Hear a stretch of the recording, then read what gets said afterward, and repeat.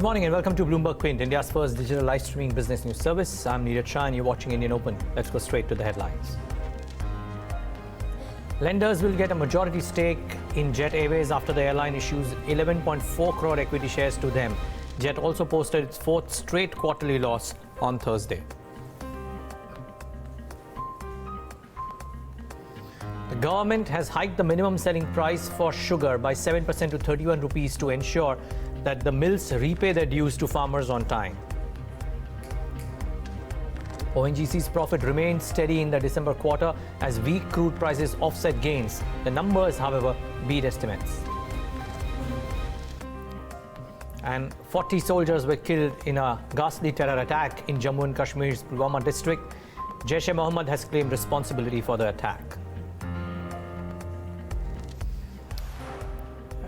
And Bloomberg Quint and its employees pay their respects to all the members of the army who were killed. May the souls rest in peace. Well, let's move on to what the markets are pointing towards. Firstly, from a global news flow perspective, the trade negotiations news, and that is something that is top of mind for almost everybody. Just some updates that have come in on that front. This is as per the Bloomberg website. The US and China have made little progress, nothing too dramatic really as far as this goes. Lots more to be done. In fact, source-based information to Bloomberg seems to suggest that and three sources who are familiar with the negotiations seem to suggest that the issues remain around structural reforms to China economy that need to be changed, which the US has asked that they should be changed, but they have not been able to come to any kind of conclusion with regards to this, and that remains the biggest hurdle point for those issues. Now remember, yesterday the US markets were hit by this news, not hit really, but confronted by this news as well as the weaker retail sales data that came out, and as a result of that, there's a fairly it was a whipsaw session of sorts for the US markets in trade yesterday. So that wasn't the most pleasant thing. It ended only 0.4% lower, but it was a lot of moves and gyrations that happened around the US markets in trade yesterday. So a flattish close, no positive cues coming in from the trade negotiations, and maybe all of that is weighing in on the Asian screen as well in the session today. The US markets ending lower, the Asian screen looking like they'll start off soft, and the SGX Nifty not getting pulverized, but looks like it'll start off marginally off in trade. Commodities would be in focus as well. The Brent crude futures are holding steady just below the 3-month highs, which is a very key technical data, a technical parameter as per technical chartists. I was reading a couple of websites and a couple of mails that come in from Brent crude oil experts. They believe that if there is optimism around trade talks, that could make the futures move up higher to another channel, which would mean that they could move at least $4 to $5 if they manage to break above these current channels as well. So that number is an important one to monitor as well. However, I won't dwell too much on what the markets could do or can't do. It's really difficult to pinpoint what the Indian markets would be doing. The only heartening thing is that the market breadth is improving, and therefore with that at the back of your mind, keep in mind the 6 or 7 stocks that should be in focus today. Normally I don't do so many stocks, but a lot of these could react today, and therefore important to point out each of these. Firstly, ONGC, the results are above estimates. There was a higher other income which drove the PAT beat, but EBITDA beat was also noticed, and that was primarily on account of lower than expected operating expenditure. There were benefits of higher realization that were seen in Q3 for ONGC. So all in all, a stock that has gotten beaten down, maybe due to some technical triggers as well, and those technical triggers also reversed. The Bhat 22 ETF is shut now. So having said that, the numbers are looking optimistic.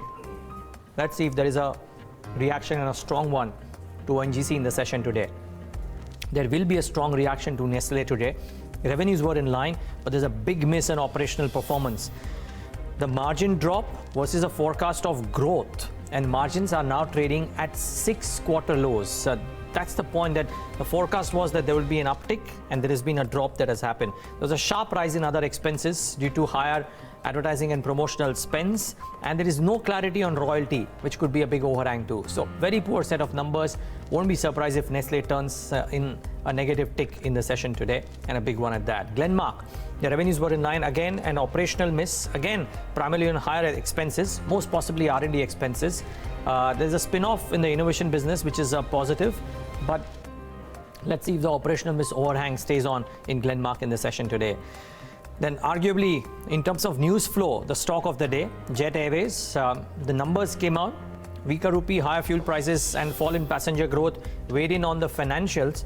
The more important thing was the lenders approving the draft resolution plan. Now, I won't dwell too much on this because that will be the first thing that we will do or the second thing that we'll do on First Word today and get in an expert, get in Somit as well. So, won't dwell too much on it, but keep in mind, Jet Airways is a stock that firmly remains in focus today.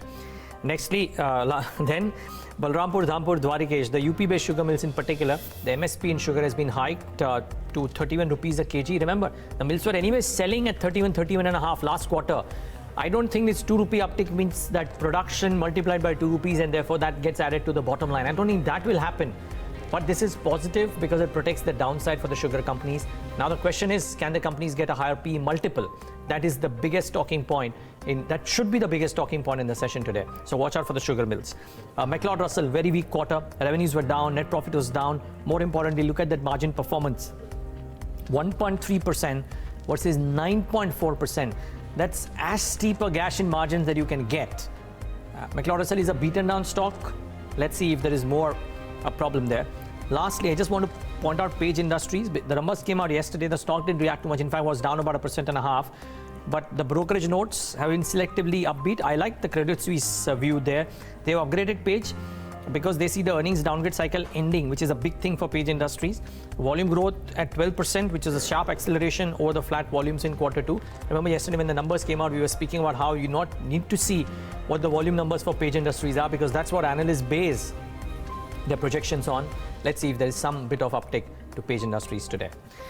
However, let's tell you what's lined up on First Word today. It's a collection of the top editorial stories that we believe we should bring to you. The US delegation to China may well return back with little to show. Tom McKenzie tells us why. Somit then takes us through the rescue plan drawn up by Jet Airways, and we speak to Mark Martin as well on this. FMCG companies have managed to post good numbers in the third quarter, save for Nestle. Agam talks about that entire space and what's aided the earnings.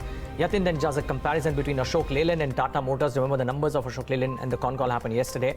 And lastly, we hear a slice of a conversation with Ruchir Sharma where he spells out what he sees as the biggest risk to India in 2019. The first piece on First Word. Closed-door negotiations and discussions have failed to narrow the differences between the US and China on trade. The two sides are racing to reach an agreement to avoid tariff hikes after the March 1st deadline. Bloomberg's Tom McKenzie reports. He'd been playing up the prospects of the deal in the last few days, talking about being keen to meet with President Xi, his advisors saying that maybe there was going to be a meeting in mid-March. And of course, our sources in Washington suggesting that there was a proposal that was being discussed to extend the deadline on these tariffs. The reality on the ground is, from our sources, again, talking to both sides of the negotiating teams, the Chinese and the Americans, is that a lot of work still needs to be done, particularly around US continued demands around fundamentally restructuring the Chinese economy. So think state subsidies for key industries and the role of the SOEs. Now, China watchers have long said that the idea that China was going to significantly budge on those issues within a time frame as short as this was always going to be unrealistic. Nonetheless, it had been a continuing demand from the US side. There has been some movement, of course, in the Chinese in the last few weeks and months around intellectual property and around pledges to buy more products from the US. But on these issues, there hasn't been much movement. Now the focus is on a meeting we're expecting to take place in Beijing between Robert Lighthizer, the USTR, and President Xi at some point Friday, Beijing time. And the question is whether or not enough comes out of that meeting to be able to allow Trump to justify an extension to these March deadlines, these tariff deadlines, and whether or not he's going to push that back by 60 days, as we've been hearing, has been proposed in Washington. Okay, maybe some concrete outcome of these meetings would come out later today, and we'll of course talk about this on Countdown then. For now, this is the update on the US-China trade negotiations, arguably the most important thing that the world is watching out for. Back to Indian shores and things that you should monitor. Jet Airways, lenders will take control over the airline. The board has agreed to a debt resolution plan which includes issuing equity shares to the creditors. Somit Sarkar is standing by with the details of the debt resolution plan approved by the board, or the lack of it. Somit, good morning. Good morning. What is it that we can understand? What is it that we make out of the limited data that is out? So let's go through the announcement step by step. So if you see, yesterday the board has approved the resolution plan that was put up by the consortium of banks. Now, according to the consortium of banks, there's a funding gap of close to 8,500 crore in Jet Airways. And as the company is unable to repay its debt, the lenders have also agreed to convert debt into equity. Now they will be seeking shareholders' approval to issue nearly 11.4 crore equity shares to lenders at just 1 rupee. Now, why 1 rupee? Because of the RBI circular, which says that lenders can convert that debt into equity at 1 rupee only when the company's book value per share is negative. And in Jet Airways case, the net worth is negative. That means that the book value per share is negative, and so they can convert this debt into equity at just 1 rupee. Now, so they will be now seeking shareholders' approval on Feb 21st to convert this debt into equity and to increase their authorized share capital. So what does this mean for the shareholders now? Firstly, if you see this funding gap of 8,500 crore rupees, now it actually means that largely the entire debt of Jet Airways is unserviceable, because if you remember, after the second quarter earnings, the company had said that the gross debt is close to 8,400 crore rupees. Now, this was not at all expected, because everyone knew that there's that the company needs fund and there's a funding gap in the company.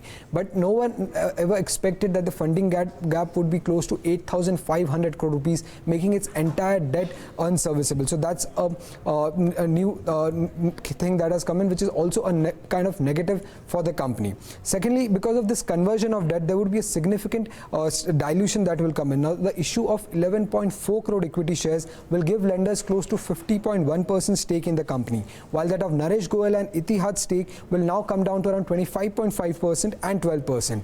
Minority shareholders holding will come down to 12.5% from 25% currently. Now, this conversion at 1 rupee per share also represents that there is no value left in the company, which is actually not the case. So this is also a kind of negative, because it's not only diluting the shares but also giving a negative sign that the company has no value left currently. However, despite all this announcement that have come in, there's still a lot of clarity that is required on many parts. Firstly, if you see, the announcement only says that there's a funding gap and they'll be meeting this funding gap by debt restructuring, equity infusion and asset sale. Now, we all knew how they were planning to meet the funding gap, but what should have actually come out from this announcement was a clarity on the timelines and details of this plan, which is still not out. Secondly, if you see, the lenders will be issued close to 11.4 crore equity shares, but how much of the debt will be converted into equity, we still don't know that, and we have no clarity on that. At yesterday's market price, if you see, the value of this 11.4 crore equity shares is close to 2,600 crore rupees, but we still need clarity on how much of the debt will be converted into equity. And the third and the most important one, we still don't know how much fund and who will bring these funds that Jet Airways need to sustain this operation, because we know that Jet Airways is in desperate need of cash to sustain its operation, but we still don't know how much fund and who's going to bring this fund. So company has its conference calls today at 4 p.m. So let's see whether they answer these queries today in the conference call that will be there at 4 p.m. Yeah, arguably the most important conference call for Jet Airways in a long time, because there's a huge gap between the quantum of money that Jet needs to service and repay debt and to meet up the obligations, and what this resolution plan or any other plan that Jet Airways announced thus far can bring. And we'll talk about that with Mark Martin in just moments from now. But Sumit, while we are at it, the numbers as well, what did they look like? Well, nothing great has actually come out from the numbers. Lower passenger growth and higher cost has actually led to losses in the third quarter also. Now, if you see, they have reported losses for the fourth consecutive quarter in the December ended quarter, and the losses were close to around 600 crore rupees. And this is despite the fact that its peers have managed to report profits in this quarter. Now, this is because of the company's high cost structure, which has also weighed on its core performance. Now, if you see the company's revenue minus cost per seat per available seat kilometer, that represents the cost per unit performance, that has yet again remained negative in the third quarter of financial year 2019 at close to 0.8 rupees, and this is despite the various initiatives taken up by the company to reduce its cost. Now, this rise in cost is not only because of higher fuel prices, but if we also see the company's cost excluding fuel prices, that has also increased by 14% compared to last year to close to 3.43 rupees, which is not at all encouraging, because the company has been continuously saying that they have been taking efforts to reduce this part of their cost. However, on the positive side, if you see, the yields of the company did improve, but that was an industry-wide phenomena and not particular to Jet Airways only. But what should have more come out from the company side was a cost reduction part, which is still not out. Lastly, if you see this chart, you can clearly see where the pain point remains for Jet Airways. Now, the passenger growth in the international route declined by nearly 8%, but still their revenues were higher by nearly 7.5% on the international routes. But on the domestic front, the passenger growth declined by nearly 4.5%, and their revenues declined by nearly 7%. So the domestic operations continue to remain the bigger pain point for Jet Airways in the third quarter of financial year 2019 also. Well, let's get in an aviation expert on this. Somit, maybe you would have a question too. Mark Martin, founder and CEO at Martin Consulting, joins us right now on the phone line from Delhi. Mark, good having you. Thanks so much for joining in. Do you think they have said enough and done enough, or is this a plan that is devoid of a lot of important details? Morning, and good to be back on Bloomberg. The way we're looking at it is that this is just an interim makeshift stopgap arrangement, and clearly Jet needs direction. It needs leadership, and it needs a good ship. It needs a good captain to get the ship back sailing in high seas. One of the biggest challenges they have is that they need to get their operational setup aligned and also completely exploit and retake a look at how they had a network structure back in 2005. Clearly, yes, these are steps in the right direction, and we know that this infusion of capital and this equity deal will give them some lease on life, but it's not the permanent solution, at least with the way we see it at the moment. There is a con call ahead. I mean, me and Somit were just talking about this, Mark, that this plan details some things. It hides a lot more than what was required. There is no clarity on the kind of, what will happen, or how will the kind of money that is actually needed by Jet Airways will come in the first place. A con call at 4 p.m. today. What is it that you would want to hear the most? Yeah, you're right. I think the whole deal has just been put together in a very haphazard and a rash, aggressive manner. And I believe that con call at 4 today should bring some level of clarity, but don't have much hopes on there being any further detailing or us getting a sneak peek of what the actual deal is. This saga, if you remember, has been continuing since Tata came up with an offer almost 6 months ago, and I believe, in my personal view, they should have taken that offer and looked at options. But they've actually wasted 7 months of the airlines, cash operating costs and P&L expenses, and so they've actually painted themselves into a corner. So I'm not really gonna hope much on that con call on what comes out of it. But it's definitely, they're clearly treading on thin ice, and I think they need to find a solution fast. This is it's going out of control here. My last question, Mark. Quick response. Do you believe this is going the Kingfisher way? No. We can't have another Kingfisher in India. That's going to be pandemonium for the airline business. Tickets, consumer revenues for everybody would drop. Airports would suffer. Fuel companies are going to be, they'll start seeing lower sales in most airports. It's going to be a disaster if they come down. So I think collectively we cannot have another Kingfisher. I think we need to get these guys back online. And what's important is that this is from the Jet leadership. I think they should extend and express more maturity with choosing who their friends and foes are at the moment, and that's very, very critical at this stage. Okay, Mark, appreciate that. I completely agree. We can't afford another one. I just hope this doesn't turn out to be going that way. Thanks a lot, Mark. I hope so too. Thanks, Mark, for joining in today. Right, okay. Well, so resolution plan, debt resolution plan, but not enough clarity. Let's wait and watch what happens to Jet Airways in this session today. The next piece on First Word today. Even as discretionary spending by Indian consumers slowed down over the past few months, consumer staple makers remain largely unaffected. Almost all FMCG companies posted double-digit growth in the December quarter, with a steady uptick in volumes and largely stable margins, save for one today. Agam Vakil is standing by to compare and contrast these numbers. Agam, morning. Good morning, Neeraj. Well, it's that time of the quarter where I go through all the FMCG numbers and once again excited. But what really stands out is a continuation of a trend with your major FMCG giants actually posting and coming out right at the top, which actually brings me and starting off with your revenues. And HUL and ITC, two of the largest companies in the Indian FMCG business, have posted double-digit growth. yes, and they are also above consensus expectations.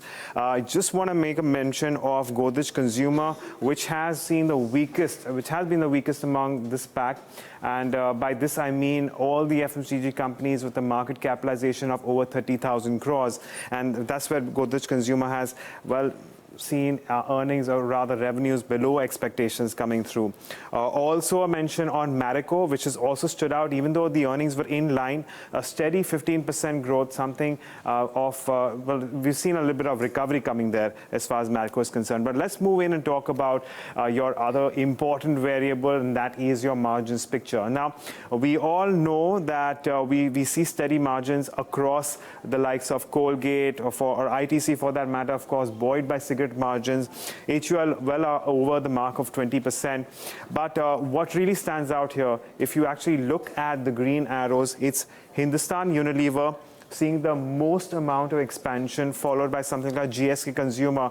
And of course, this also goes in to suggest that GSK Consumer's merger with HUL will be a good one, considering the kind of margins profile that we're looking at. But Colgate-Palmolive is the other one which is looking at a good uptick when it comes to its margins. On the other hand, in terms of contraction, Nestle stands out. Of course, this earnings came out yesterday, and this was one point that stood out on the weaker end of things. And of course, ITC, of course, looking at, well, some amount of moderation in margins on account of several factors, FMCG business being one of them. But what about volumes then? And where do they stand? Among the companies that do well report volumes, we do have HUL, well, with the 5th straight quarter of double-digit growth. Dabur looking at significant recovery at 12.5% growth, and is actually looking at the best. Godrej Consumer volumes at just around 1%. That's the branded volumes, of course, and Colgate and Marico, and well, single-digit. Marico, of course, where we did see disappointment when it comes to its volumes number against expectations. So, well, there you have it again.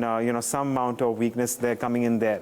So, on the whole, well, we are looking at substantial growth and double-digit growth, that too. So it's certainly turned out to be a very, very good winter for a whole host of these large FMCG companies. Okay.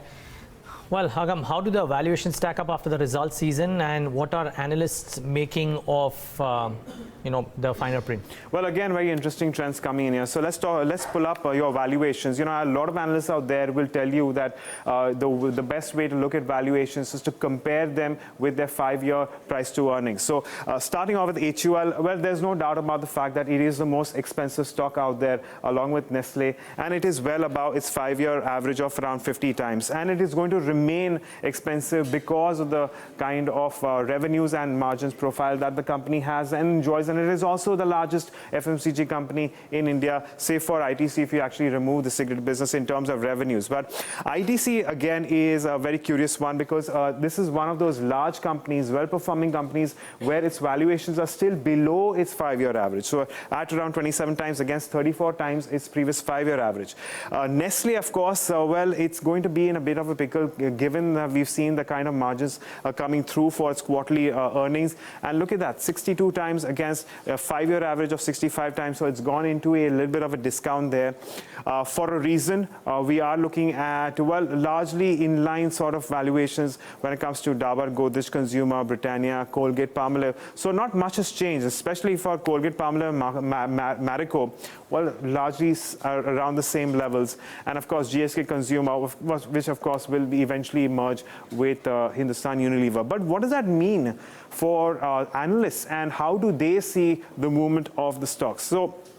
So the ratings for all these companies are out of 5, and more than that will give you an idea about how many of these analysts on the consensus actually put a buy rating on this particular stock. But I'm going to stick to return potentials, because that perhaps is an easier way to go about looking at what the analysts expect. So at this point, ITC is the one which stands out with a 21% return potential from current market levels, and that's the one where analysts are pegging their bets on. Moving on, next one is Godrej Consumer. Despite the fact fact that it was a very weak quarter, we did see, and we are still seeing about a 14% upside on Godrej Consumer. So I reckon the street is working with a little bit of recovery in the quarters to come by. Let's move on to the next set of numbers and see if there is anything that stands out. Marico again looking at valid recovery, especially also aided by the fall in copra prices. And of course, Colgate-Palmolive along with GSK Consumer also looking at double-digit growth from current market level, current market prices, based on your returns. So once again, despite the fact that a lot of these companies are enjoying very high valuations, you're still seeing a significant upside from current market levels. Okay, let's wait and watch what happens. Agam, thanks for putting that into perspective. There should be, though, some reactions and not necessarily on the upside on Nestle in the session today. We'll watch out for that.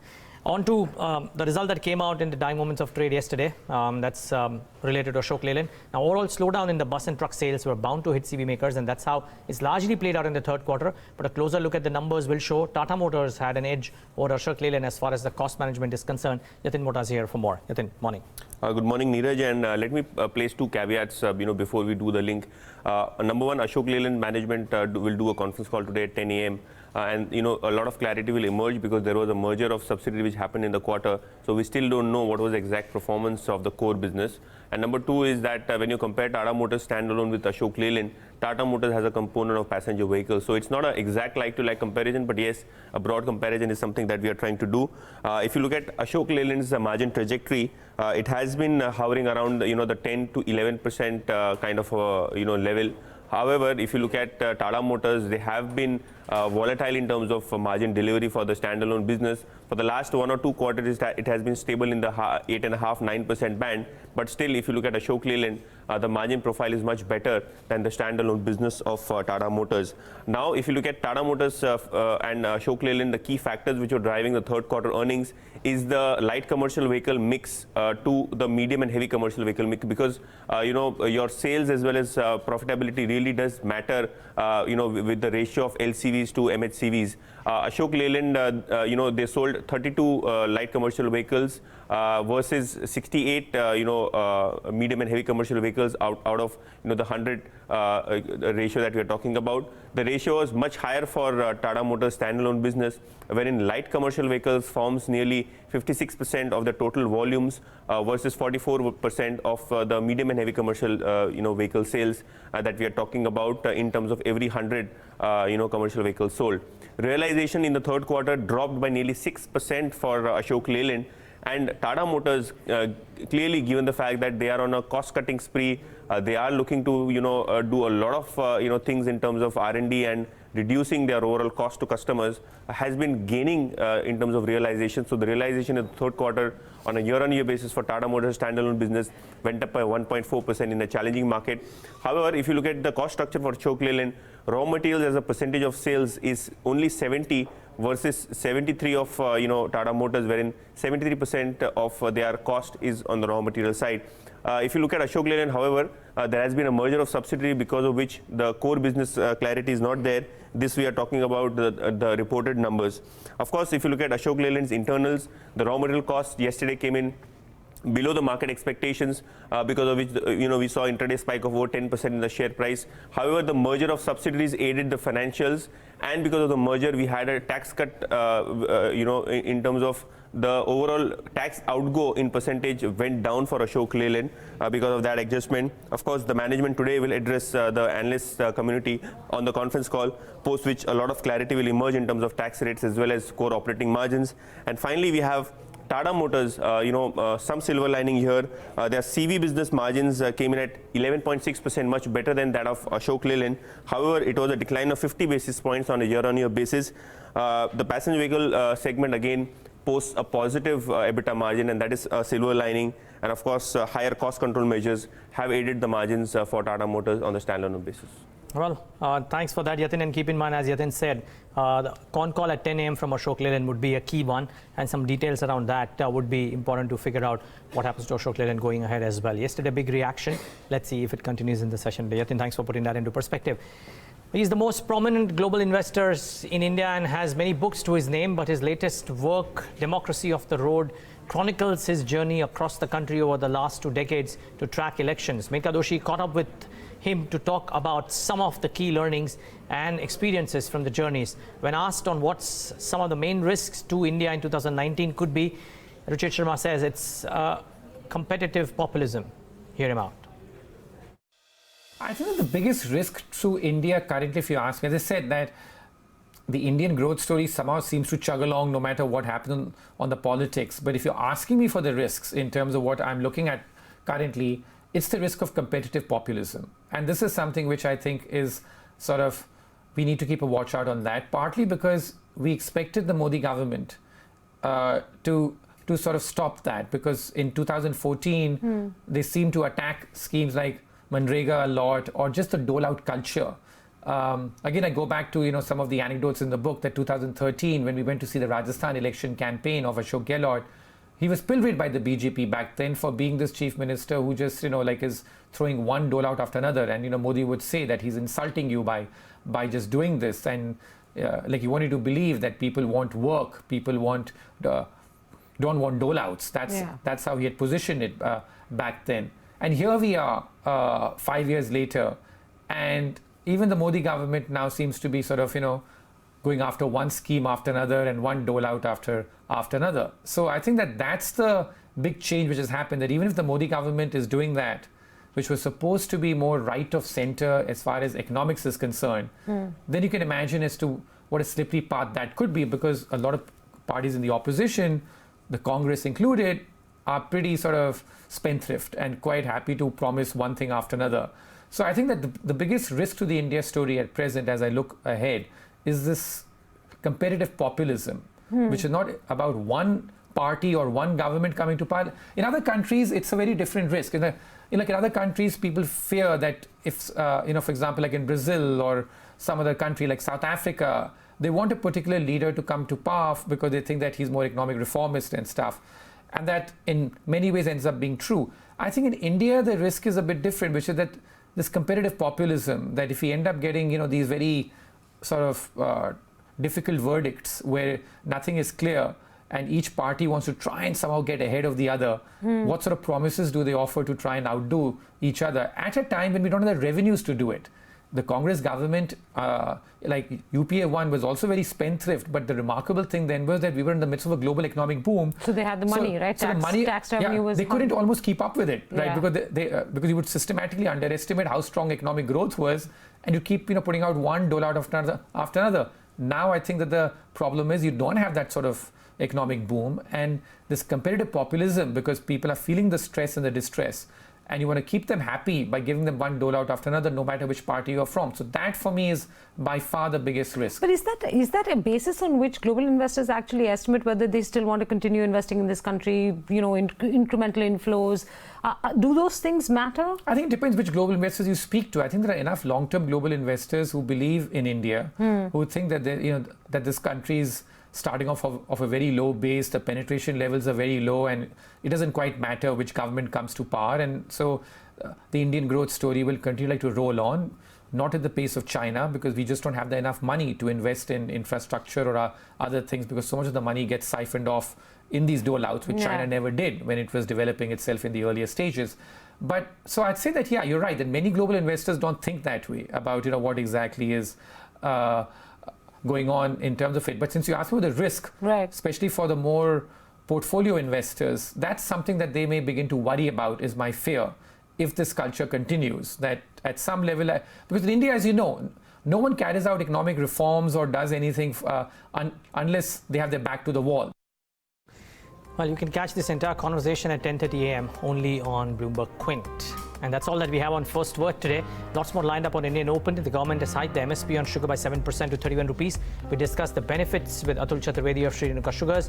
We talked to Sunil Bora of Minda Industries about the company's acquisition of Harihar Seating Systems. Discussed the third quarter earnings with Girish Nayak of Talwalkars, as well as MR Jaishankar of Brigade Enterprises. Stay tuned to Bloomberg Quint Live.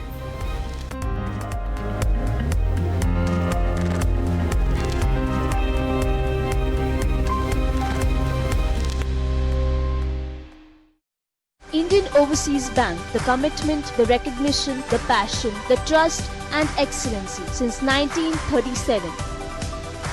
Indian Overseas Bank celebrating 82nd Foundation Day. Good people to grow with.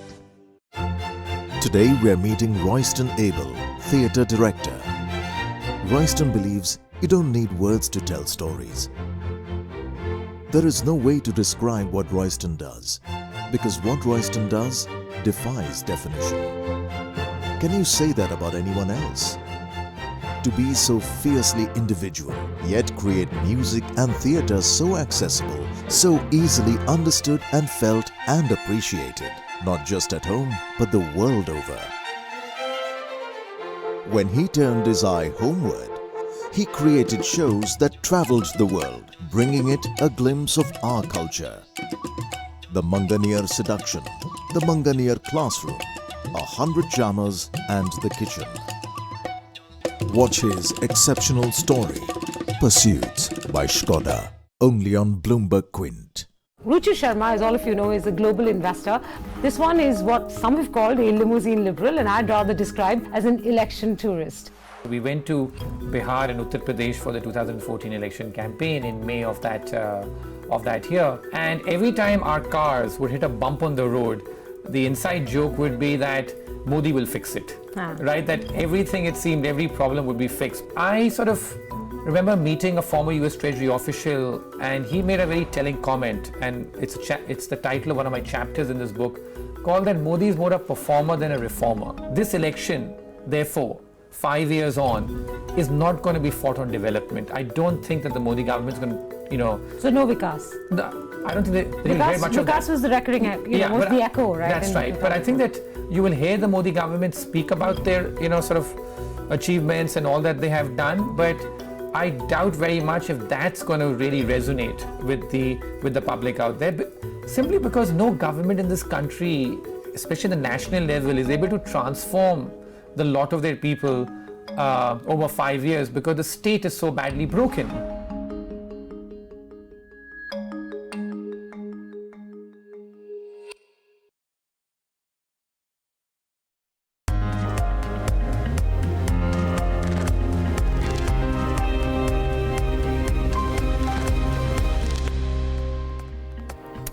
Welcome back. You're watching Indian Open right here on Bloomberg Quint Live. Let's quickly take a look at what Asia is doing this Friday morning. This is going to give you a preset of what we are likely to do for today, as well as the trend for the rest of the week that we have traded so far. So it's looking weak. You've got a 1% plus cut on the Nikkei, as well as the Hang Seng, which is leading the losses from the front. Shanghai is down about 0.5% as well. SGX Nifty, that too is trading absolutely flat, marginally in the red. So no major cues coming about from Asia. But let's go straight into some news coming in on domestic shores. The government has hiked the minimum selling price for sugar to 31 rupees per kilogram from 29 rupees per kilogram. The sugar mills should now be able to clear the dues to sugarcane farmers, said Union Food Minister Ramvilas Paswan. But the hike is less than what the millers had demanded. So let's ask sugar producer if the hike is sufficient enough. Atul Chaturvedi of Shree Sugars is joining us right now on the phone line. Mr. Chaturvedi, thanks very much for taking out the time. Obviously, this is one more step that the government has taken in addition to the various other measures that they have been taking over these years to help, sugarcane millers. They had earlier on increased import duty on sugar. They'd waived out export duty. They had created buffer stock, and now they're looking at increasing the MSP. Is this enough? No, I would first take this opportunity of actually congratulating the government for their proactive approach in solving the issues pertaining to the sugar sector. But for this hike of about 2 rupees per kg, I would probably say it's still work in process, because the industry was demanding close to about 5 or 6 rupees per kg, which would have taken care of the profitability of the industry. And let's face it, if the industry is healthy, so would the farmers be. But whatever the government has done is a step in the right direction. The one thing which I wanted to point out in this is that food inflation in the country is practically in negative territory. You're closer to deflation levels. So the fear of sugar prices going through the roof or the food inflation going through the roof, I would say is a little misplaced. Okay. So I think it's a step in the right direction. And we take this opportunity of congratulating the government. they heard the industry and have taken proactive decision. Right. Yeah. Right, Mr. Chaturvedi, you know, according to industry body ISMA, January end arrears to sugarcane farmers stood at 20,000 crores. You know, with all the other measures that we've already spoken about, you know, how has it actually helped to bring down these arrears in a meaningful way? And do you think that this will actually help in bringing that down? No, this will actually help the industry draw more money through the banks, and it will enthuse the banks to lend more to the industry to clear their arrears. The trouble with the industry is not one of profitability. The trouble with the industry as of now is largely of liquidity and the cash flows. Now with the regulated release of sugar in the market, the liquidity is constrained. And secondly, even for ethanol supplies, you must understand that ultimately the buyer is the OMCs. They have their own procedure, and normally the payment cycle is about 60, 70 days. And apart from that, if you look at the export side of the incentives, Indian exports to the world market can be competitive at the current subsidy level which the government is giving. Sure. But the industry's biggest problem is that 30-35% of the money is locked up in subsidies, which take their own sweet time to come back to the industry. Right. So my take is that now, with all these actions which the government has taken, the cane dues should start coming down. And as it is, it's a normal cycle that when the crushing season is at peak, the cane dues go up, and as we go forward, cane dues keep coming down. Right. Mr. Chaturvedi, so that is one part. My final question on this is, what does this do to the industry? I mean, companies, last quarter realizations, I saw a couple of names, they declared the numbers, it was 31.5 rupees, 31 rupees any which ways. So this doesn't materially alter the inflow for sugar companies, does it? No, it does. It does. In fact, UP, the sugar in northern parts of India actually sells higher by about 2-3 rupees a kilo. So if now the values are now 31, so UP mills should be able to get a realization of anything in excess of 33, 34. Okay. So that should bolster their profitability, and the same goes for mills in western part of India. So I'm just trying to understand this, Mr. Chaturvedi. One of your peers, without getting into names, the last quarter realization was 31.5. You are saying this 2 rupees uptick in MSP could possibly take their realizations northwards by 2.5 rupees as well? I see no reason why it should. Our back of the envelope calculation tells us that this 2 rupees increase should actually result in industry getting an additional something like 5,500 to 6,000 odd crores money in their kitty. Okay. So that should start getting reflected in the balance sheets as well. Okay, great. We'll watch out for that. Yeah. Thanks so much for putting light on this, Mr. Chaturvedi. Really appreciate your time today. Thank you. Thank you very much. Well, this is an important clarification simply because most people, analysts, believe that the realizations for a Balrampur Chini, for example, was 31.5. If the MSP is at 31, they necessarily don't get anything additional. Mr. Chaturvedi believing that even uptick for the UP sugar millers could actually move up. But this should be substantial. So the previous price was 29. So they were at 31.5. So now at 31. So a lot of people believe that it doesn't move in that way, that if it goes up by 2 rupees, the MSP, if the realization is anyways northwards of 31, then it would not necessarily move up this much. Mr. Chaturvedi believes it would. So let's wait and watch what happens here. All right, we'll watch out for the sugar stocks and how they react and trade today as well. But let's bring in T.S. Harihar, Chief Executive Officer and founder of HRBV Client Solutions. He's joining us on the show right now. Hari, thanks very much for taking out the time. Let's start off first with the discussion we just had with Mr. Chaturvedi and how big a positive is this for sugar companies? See, I think it should, because you know, the one big problem that sugar companies have been having around, the two big problems they've been having. The one, of course, is that globally there is a glut of sugar. So I think the prices have been going down consistently. So this should, I think, offer some relief on the pricing front. Second, I think a lot of the problem seems to be coming because there is a huge dues that they have to the cane farmers. Now, what has been happening is that the cane procurement prices have been rising consistently, but the sugar price has not risen in tandem with that. So I think to that extent, as Mr. Chaturvedi also rightly said, probably a 2.5 rupee increase in the realization should make a big difference to the working capital management. Because let's not forget that the biggest challenge in sugar companies is the management of working capital. So I think that is something, and at least, as he rightly says, they should be able to get better terms from the banks. And ultimately, this whole business runs on bank funding. So I think if they get better terms from the banks, the short-term working capital issues should get sorted out. All right. That should help the industry as a whole.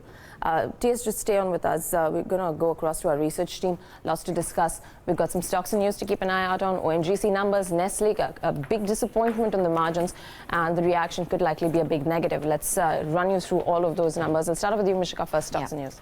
So these are the stocks that will be in focus today. Let's start with earnings. Glenmark came in with inline revenues, but their operational performance was a miss, majorly because of rise in expenses, possibly R&D. A spin-off on their innovation business was a positive for them. Volta's revenues and operational performance were in line with their estimates, but they had an exceptional loss of rupees 12 crores in the current quarter, which contracted assets. Then we have Deepak Fertilizers and Petrochemicals, which came in with a weak set of numbers. Their revenues were down 11.6%, net profit was down 78%, EBITDA was down 29%, and margins were at 7.4% compared to 9.2%.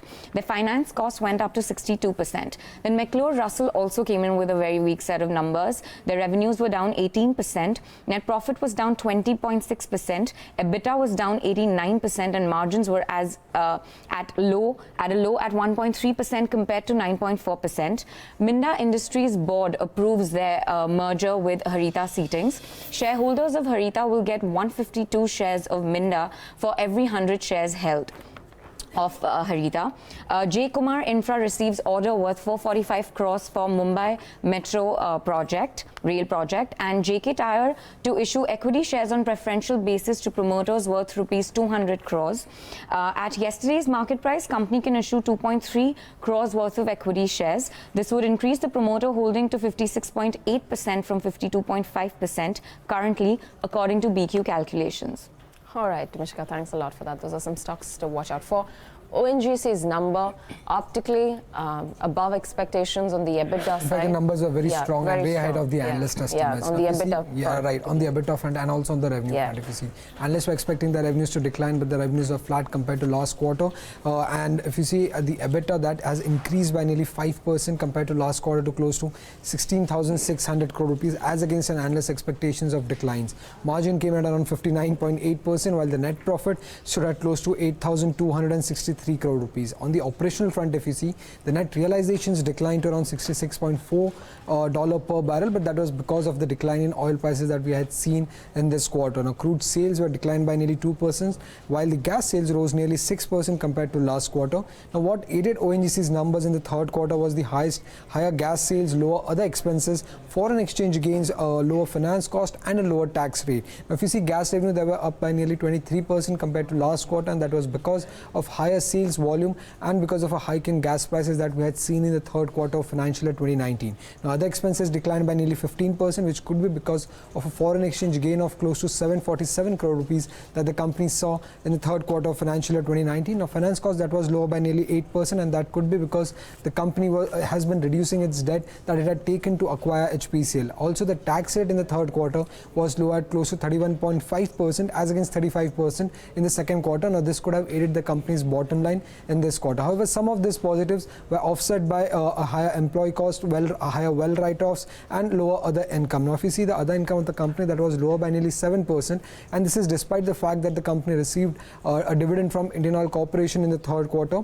Employee cost was higher by nearly 11%, while well write-offs jumped nearly 2 times to close to 2,700 crore rupees. Lastly, the company also announced a dividend per share of close to 5.25 rupees, which results into a dividend yield of close to 4% at yesterday's market price. All right, Amit, thanks very much for that. Nestle, a disappointment on the margins. Absolutely, it's a big operational miss. While we have seen about 11% growth in its top line, your margins have come off to around 19% against 20.5%. Consequently, profits rising just 10% below expectations. One major reason behind this miss in operations is a significant 30% rise in other income that, or rather other expenses that the company attributes to step up in demand-generating activities, and which the brokerages have interpreted as increase in advertising and marketing spends. But save for that, gross margins remain steady at around 59%, and there hasn't been too much of an impact with respect to input costs, and we have seen steady growth when it comes to its domestic business. So on the whole, we are looking at that big miss when it comes to operations. All right, and we'll see how those stocks open up for trade this morning. Thanks, guys, for highlighting all of the same. Hari, I want to come to you with Jet Airways now. Obviously, you know, two aspects to it. One, the numbers that they posted, the loss that they posted, and second, the debt resolution plan that they have come up with. How did you read into the development, and now with the majority lenders having majority stake in the company? No, the only thing that surprises me is what is there in it for State Bank of India, because you know, I don't understand what is State Bank of India going to do with the 51% stake in an airline, because as I understand, you know, they've increased their capital base from 11 I think crore shares to about 22 crore shares. So effectively there is a 100% dilution of the capital base. So to that extent, I think your EPS, your ROE, your ROC, everything is going to go down. Number two, I think I'm not sure what is Jet going to do, because they don't have any experience of running an airline. So how are they going to run an airline with a 51% stake? And I don't think there is a historical precedent anywhere of any Indian company taking a 51% stake in an aviation company. So I'm not really sure of how smart a decision that is from a State Bank's point of view. Yeah, for Jet, I think yes, it gives them an escape route. Of course, you know, Goyal does lose control of his company, but I think it gives them an escape route. But I'm really very, very skeptical what it means for State Bank of India.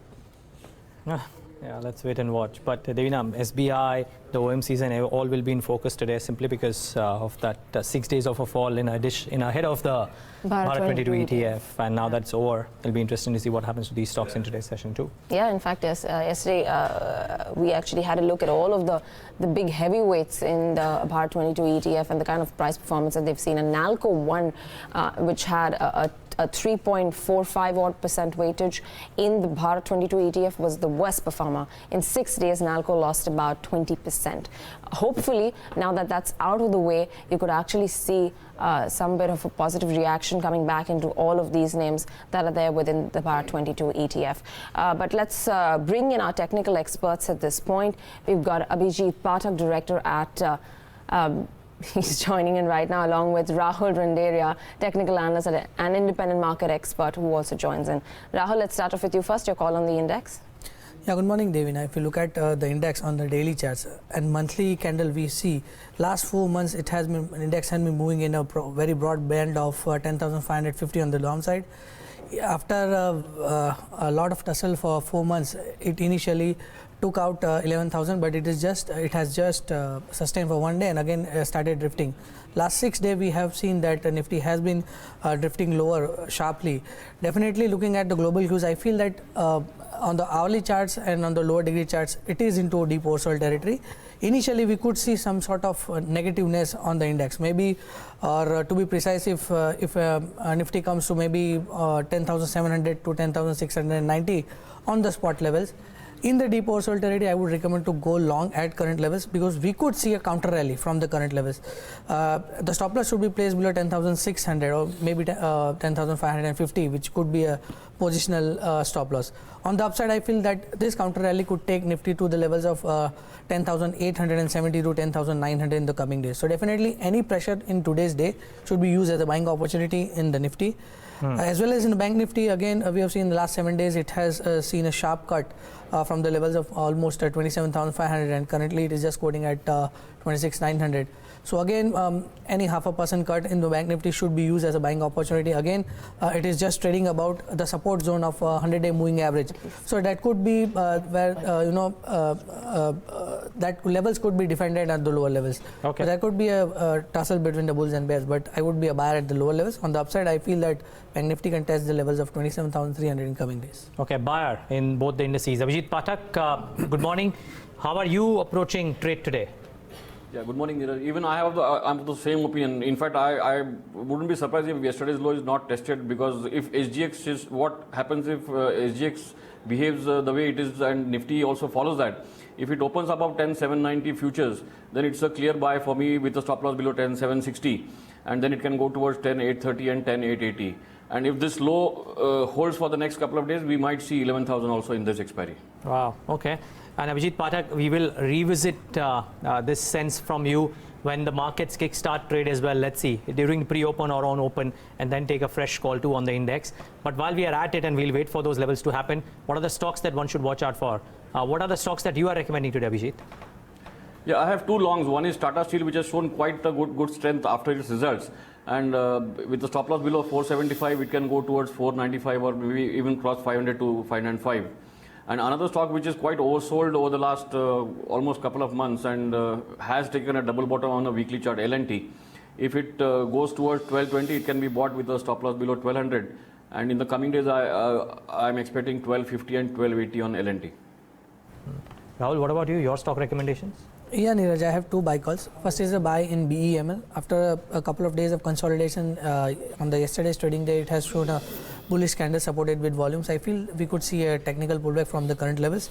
Hence, traders can buy in the range of 782 and on correction to 772. On the upside, I have a positional target of 818 and stop loss should be placed below 765. My second buy call is in JSW Steel. The stock has been under a long downward trend and it has been in a downward falling wedge. And yesterday we have seen a sharp breakout from that particular wedge. On the oscillator front, the momentum indicators are on the buy side. So definitely today, swing traders can buy JSW Steel on dips to 274. My upside positional target is 308 and one should place a stick stop loss below 255. Okay, so watch out for those ideas as well. The stock of the day, I mean, well, there could be multiple stocks of the day, but one of them could well turn out to be Nestle because of the margin miss. Now, Hari, two things. There's an expectation of a growth, there is a miss, the downtick, and there's no clarity on the royalty payment. Yeah, I think one, there is no clarity in the royalty payment. Two, I think the marketing expenses seem to have gone up quite sharply in the last quarter. How that really translates into sales in the coming quarters remains to be seen. But I think that is probably one reason why the result does look a little disappointing. Frankly, I don't think I would get too pessimistic on the stock because, having said that, don't worry about valuations. The stock has always been a very, very expensive stock. So I wouldn't worry about valuations. But I think even the sales growth or the revenue growth that we saw, I think it is down purely. It's more of a seasonal cycle rather than anything else. So I wouldn't read too much into it. Royalty, yes, probably that is something we still need a clarity, but I would probably believe that is something which should get sorted out over a period of time. But, marketing expenses is something where I'm a little worried. We need to understand what exactly that is. But if it's a normal kind of a course marketing expenses that has been kind of amortized over a period of time, I think it should really not be much of an issue as far as the future performance of the company is concerned. TS, have you seen the development in CG Power? Last 2 days, very violent swings on either side. On day before session, down 31%, yesterday's session plus 20% on the upside. What are you making out of this move? See, really hard to take a call on such stocks because I think what we have seen in some of the stocks in this quarter is that either if there is a negative profit surprise, as we saw in the case of CG Power, or if there are some corporate governance or pledge share issue, I think the attack seems to be ridiculously strong on most of the stocks. So I would probably, as a trader or investor, stay out of the stock for the time being. Let it settle down, then we can take a view. I don't think it really makes a lot of sense trying to fish in troubled waters in these kind of stocks. Anything on the charts, Rahul, for CG Power or a Nestle even? Yeah, if you look at CG Power, I'm just looking at the yearly charts. On the longer term basis, since December 2005, the stock has been in a band of the similar levels at currently where yesterday we have seen a low of 18.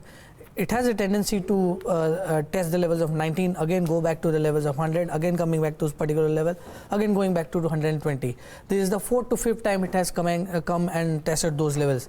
So I feel that definitely, and looking at the last 2 days of volume, it has a massive volume. If you see, yesterday was 10 crores and day before yesterday was 10 crores, yesterday was 16 crores. I feel that stock is just nearing to its bottom. So definitely for long-term investor, those who want have a view of maybe 2-3 years can start slowly and gradually accumulating the stock at current levels, maybe on correction still 22. But one should have a stick stop loss below 17 rupees. On the upside, I feel that in long run, stock has potential to test the levels of 48 in CG Power.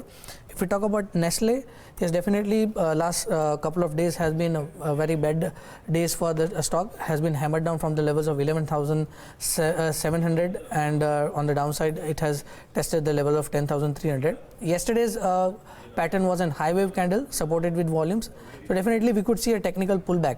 A long-term investor can accumulate at current levels. Stop loss should be below 10,200. On the upside, I feel that a counter rally in the stock can test the levels of 11,000, and once it's sustained above that, then it can test the levels of 11,300. So definitely on both the stocks, I would be a buyer at lower levels. All right, on both Nestle and on CG Power, Rahul Randeria is going to be a buyer. We're just about 36 seconds odd left to go for market pre-open. It's going to be important to see what happens to Minda as well. The management should be joining us shortly to talk about their merger with the Harihar Seating Systems and the two options that are there for shareholders of Harihar to be a part of Minda. What exactly in terms of synergies does this bring on for the company? We'll be asking Mr. Sunil Bohra in just a few moments. Back to the markets then, and the pre-open is likely to be on the negative side. Rest of Asia looks absolutely weak. For SGX, Nifty 10,782 is where it's trading at. The markets have opened. The pre-open session Nifty is up about 0.75%, a third of a percent higher on the Sensex. Again, don't go by these numbers on the index. They keep fluctuating. It's very volatile the first few minutes. JSW Steel is down 4%, 4.8%. Grasim is down 1.2%. Cipla is down 0.8%. Power Grid another 0.5% given up. Tata Steel, Adani Ports, HPCL, UPL, it's down 0.25% as well in the session. NTPC, Tata Steel, ICICI Bank, those are the losers. Quantum of losses not that severe. ONGC 10% higher. The numbers were fantastic in terms of what they've done on the EBITDA as well as on the revenue side. The reasons for that, obviously, 145, but don't go by this number right now. Z 9% higher again. Could probably cool off. Yes Bank, a stellar day yesterday. Pre-open showing you that it could probably see an uptick in today's session as well, because it's 6.5% higher right now. HCL Tech 1.5% higher. Aisha Motors, BPCL, Coal India all gaining ground in today's session. Currency that has come to 71.28. So some strength that we're seeing there. Nestle, just want to pull up what Nestle is up to and see if that is reacting in any fashion whatsoever to those numbers. Nothing too dramatic, about a couple of percentage points. Let's wait and see if there is more in store. McLeod Russell, extremely weak quarter, very wobbly margin performance, and that stock should be reacting marginally off. Remember, it's a stock that's corrected quite a bit already. We'll talk about it with Hari in moments from now, but 5% lower in the session today for McLeod Russell as well. Jet Airways remains the big talking point. Resolution plan submitted. Quite difficult to make a call on what the stock could do, to be honest, to my mind. We've spoken to Hari already. We'll speak a bit later on again once these rates have settled down, but for now looks like it'll start off slightly weak. Deepak Fertilizers, the numbers have been wobbly and the stock starting off lower. And Cox & Kings, again, a slightly weak set of numbers. Let's see if that stock is reacting at all to those numbers. Cox & Kings down about 5% too. JK Tyre, decent numbers. National Peroxide, decent numbers. GSK Consumer Healthcare, decent numbers. Maybe, just maybe, we could have some bit of green out here. Last but not the least, Voltas. The revenues and the operational performance were in line with estimates, but there was an exceptional loss in the current quarter. The stock for now looks like starting off 2% higher. Let's wait and watch if that happens. Minda Industries and Harihar Seating Systems should also come up on your screen for just a brief moment before we get the management up, and let's see what those stocks are doing. Well, not too much, but there is, of course, a deal in the offing. Minda Industries is looking to merge Harihar Seatings with itself. This gives the auto component manufacturer a bigger play in the parts market. Harihar Seating shareholders are also being given two options of either getting Minda's equity shares or hold non-convertible preference shares instead of that. Joining us right now to talk about the merger in detail and this deal as well is Sunil Bohra, the CFO at Minda Industries. Good having you, Sunil. Thanks for joining in. What's the rationale here? Is it a larger play in the parts market? Is it simply 1 and 1 equal to 2? Yeah, thank you and thanks for the call. As you rightly said, Harihar Seating is a leading player in the seating business. And as part of our strategy to grow, as you know, we have been continuously looking to expand our product basket and also increase our kit value. So definitely this will be a new product line for Minda Industries, and it is the largest acquisition which the company has done so far. Harita has this year expected annual turnover of over 1,000 crores. So definitely this will add significantly to our top line. And moving forward in terms of our customer synergies, as you rightly said, it will help leverage our relationship with all the OEMs. We will get benefit of customers each other. It also will help us get into new segment in terms of, as of now, Harita is into primarily two-wheeler seating and also commercial vehicles, which is bus seating, etc. And they are the largest and the only supplier to TVS. Once they are part of our group, I'm sure we will be able to leverage and get access to the wider set of customers. And also, we will also get access to their customers. If I see their customer range, they have, other than TVS, obviously Harita, as you know, is part of the TVS family. Other than TVS, they also have customers like Royal Enfield, Tata, Daimler, Tafe, John Deere, among others. And definitely, this is a win-win situation for both the set of shareholders. Okay. Harita will get access to the wider product portfolio of Minda Industries. Sure. And Minda Industries definitely will add a new product segment, which is seating. Which is seating. Okay. Sunil, can you elaborate a bit on the options, both the options available, the equity share versus the preference share? Why this, and what's the kind of equity dilution that you envisage could happen? You would have had some estimates about what's the percentage bifurcation that is likely to happen? Yeah. So as you rightly mentioned, there are two options which are being given to the Harita set of shareholders, which is first is the equity shares of Minda Industries, which is 1.52 for every one share, which is 102 share for every 100 shares. That is the first option. And second option is issue of 4 fully paid up non-convertible redeemable preference shares, 100 each at premium of 21.25, which gives a yield on maturity at around 7.5%. So that will value Harita at around 485 rupees a share, which is roughly 15% premium to yesterday's closing price for Harita. And why these options is, obviously, in order to make it more attractive for the Harita shareholders, the options have been given. And at fully diluted, assuming that all the set of shareholders opt for equity shares only, it will lead to a dilution of around 4.8% for Minda. Or if they opt for preference shares, as you know that there is no dilution and it will be redeemed after 3 years. But, just the fact that you've given these two options at different values, one at a discount of 4% and the other at a premium of 11%, you would have probably anticipated which direction the shareholders of Harita will tilt towards, right? No, so there is no discount to start with. When we say 485 for preference shares, the same value has been considered for arriving at the swap ratio. It has been done by the independent valuers, which were... As you might know from our release, this Bansi Mehta and SSPA, and it has been the fairness opinion has been given by JM and Keynote. So the valuation, everything has been done very independently by almost 4 set of valuers, and has been sort of adopted by both the set of boards. Okay. My last question, at least from my end, what's the likely promoter shareholding post this thing? I know it will depend on whether the stakeholders take the preference shares or the equity shares, but some ballpark estimates that you would have? Yeah, so currently Minda Industries, the promoter shareholding is around 70.8%. So assuming everybody opt for equity shares, it will lead to dilution of 4.8%. Okay. So the promoter stake may come down to around 67 point something. All right. When do you expect completion, the full and formal completion of this merger, and when do you expect synergies to kick in? Yeah, as you know that Harita is based out of Chennai. So their registered office is in Chennai. So we have to approach 2 NCLTs. One is NCLT of Delhi and NCLT of Chennai or Tamil Nadu. So it will go through the entire process of both exchange approvals, SEBI approval and other regulatory approvals. So the overall process may take something around 9 to 10 months. So hopefully by end of this calendar year, we should be able to integrate Harita.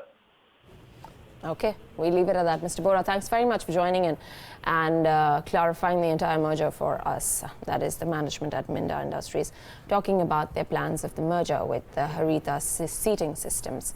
Minda Industries down about 0.5%. I think Harita is unchanged the last time we checked. 6 minutes left to go for market opening.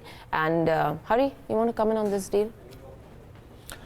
Looks good. See, let's not forget that the ancillary industry is struggling quite a bit in the last, I would say probably 6 to 8 months. And we have seen that in the case of Bharat Forge, we have seen that in the case of Mothers and Sumi, the two largest ancillary players. So what I believe is that this could actually be the beginning of a much larger consolidation that is going to happen. Because I think one thing is clear, that the trade deal happens, doesn't happen. I think Chinese demand is going to be under pressure. If Chinese demand is under pressure, then most of the European car makers are going to be under pressure. Now, a lot of Indian auto ancillary suppliers, apart from supplying domestically, also supply globally to Europe and the US. So I think there is going to be some pressure in the ancillary space, and this could be a beginning of a larger consolidation that we are going to see in this industry.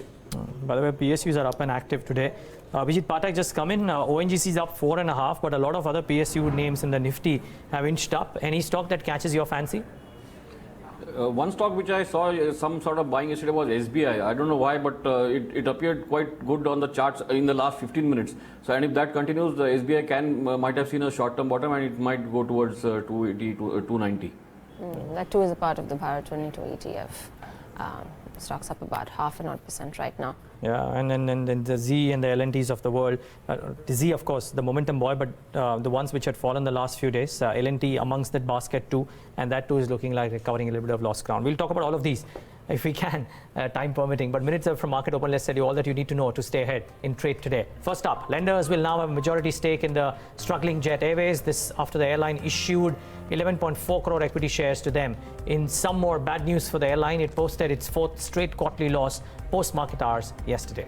Some relief for sugar millers who owe close to 20,000 crore rupees to farmers. The government has hiked minimum selling price of sugar to 31 rupees per kilogram from 29 rupees. ONGC surpassed analyst estimates in the third quarter, led by higher revenue from offshore operations. Margins too saw an improvement sequentially. The stock likely to start off over 4% higher. Nestle India's margins fell to a 6-quarter low after a rise in other expenses due to advertising and promotional activities. Minda Industries, that we are speaking to just now, has approved a merger with Harihar Seating with itself. Deal values Harihar at a 4% discount to the current price. And lastly, J. Kumar Infra has received orders worth 445 crore rupees from the Mumbai Metro Rail project.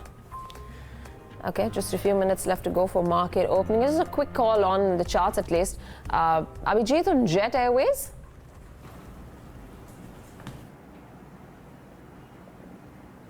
Did you ask me? Yes.